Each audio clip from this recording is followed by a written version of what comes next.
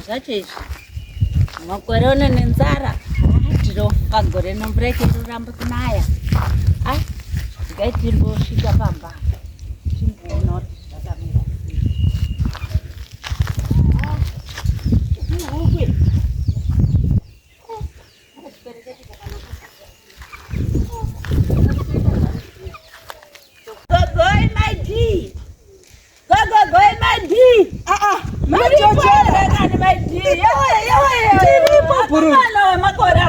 ndiriko imini ndimusingachafambi zvemakudzara nzara yemvura ikarutsa maidhi ndirutsa here zvinane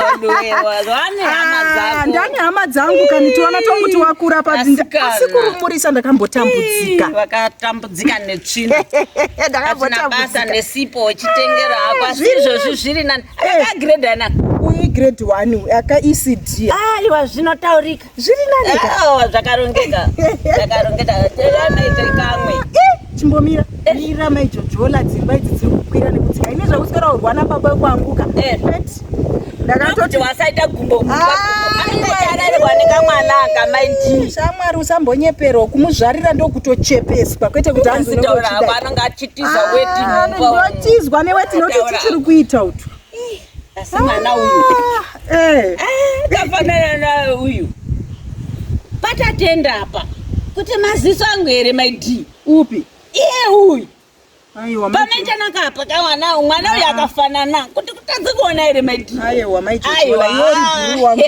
ine ndiri kutokutaurira maidhi mwana wako usafamba naye mumarainiba anokunyadzisa ndokwayasvika maijojo idi handimusungonyandizvidi handitozvidi zvekufananidzwa mwana wangu nepatatenda chichinofanana maitana aiwa ndokuchinjira because mawira ari kuita wofananidza mwana wangu naiwe pindambai ndamba handizvidi ndozvandaona hausekika maijojola nditori serious asi ndiri kutokuudza maiti ndiri serious haufananidzi vana vangu maini wauye panapa kundiona because ndakabva kutaura sori hako asi ndakutotora maitanaka kutora kuti vadii wapedza nyaya wechuyawo newawo wana kana zviri zvowarambe kuzvaanochiita zvawafambira ndozvawafambira kuya undikuenda kotora maitanaka ina handisi kumboda zvese jujulo une muyedzo muyedzo yekuita sei techiona zvinhu zvakashata techikunyengerera iwewe imi baba wepano wakanzwa muchifananidza mwana wangu kana imba yako ikapwanyika ndezvako shamwari musazoite zvisina nebasa nevarume wano bai mwana akafanana nababa wacho nyarara hakusi kupusa kutongonyarara kwandaita ndakutenda koudza maitanaka auya apedze nyaya ndizvozvo fambai mendi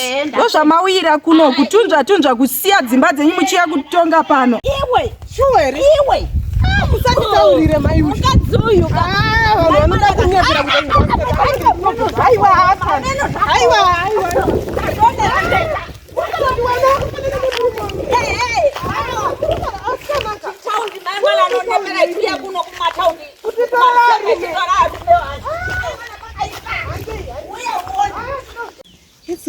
Zeta sei.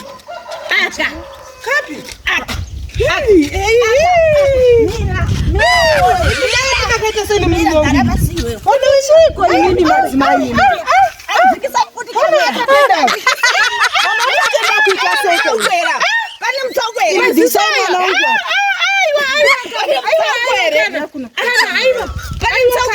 Mai mwana.